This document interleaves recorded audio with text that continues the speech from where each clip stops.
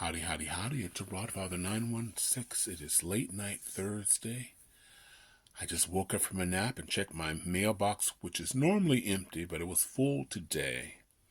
And a third of those questions, the third of the box or the emails I get are from people who ask how do they coexist with people and family members who have opinions that are vastly different than their own. And my answer is pretty simple, you do. That's what coexisting means.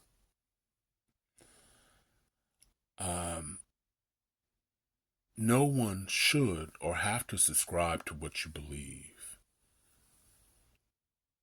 how you believe, your political views, your beliefs on people. No one. Those are private. Now, I go online, and I've been doing this now for some time, and I've been in politics since I was 15 years. I have a different point of view to a lot of my friends. But we don't talk about politics. We don't talk about religion. There are certain areas where you have to agree to disagree. Now, there's some of you out there who says, well, I just can't. When I'm talking to my family or this person, I just can't. I just don't believe what they believe. I just can't. I just can't. Well, you actually can. You just can. You just can. You've made a choice not to. We live in a world where there are hundreds of TV channels. You can choose to just watch 1, 2, or 3 channels, but that still leaves you 397 different choices. Various channels, different languages, different views.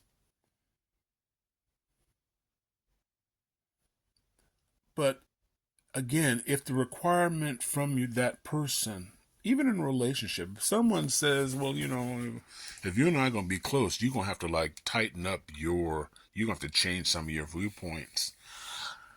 Hasta la vista, baby.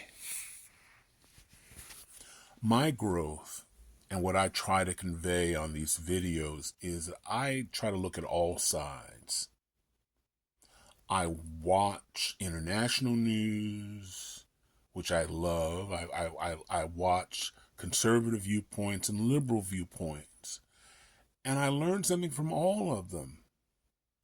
Sometimes I have blockage, like I'm watching something about Fox News gets me, but you know what?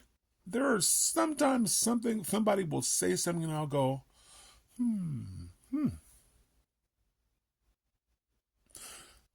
Now, I realize when it comes to family, it's difficult, or people you've known a long time. One day you leave home and you come back and they're complete strangers. Anybody who's gone to college and moved away from home can probably relate to this. You come home and you go, who are these people? Were they always like this? Well, the reality is they were. They were. You've changed. And if you expect them to change because you've changed, you're the problem.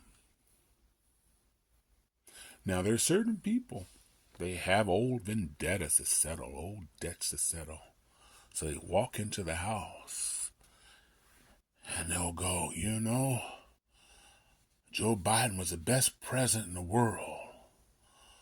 And that Trump and MAGA people, they do that intentionally to create problems, to upset the household. It's sort of this morbid little thing. And then they get in the car and they're angry because they're being attacked.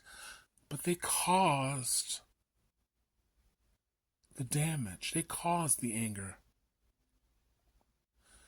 But for whatever reason, they're unwilling to look at their contribution to the problem. They've convinced themselves everybody else is wrong. But they're the problem. Could this be you?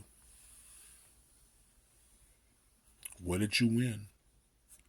What did you win? What did Carol Merrill bring you today? Did you win a new microwave oven? Did you get a car? What did you win from creating all this anger intent and people going, we really don't want you coming over here anymore, and you don't understand why people don't want you to come over anymore because when you leave, the house is destroyed. You always travel with a tornado. It's a choice. We can live in a world where we disagree, but that's a choice. This is the Rod Father wishing everybody love, joy, peace, and happiness. I am so blessed to be here. One of the things you realize as you get older how precious time is.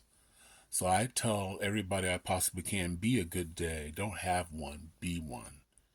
It's a choice. Again, it comes down to a choice. You can choose to smile or you can choose to frown. Even on the worst day, you can choose that. Just something to think about. That's my opinion. That's it. Rod Father out. Love, joy, peace, and happiness.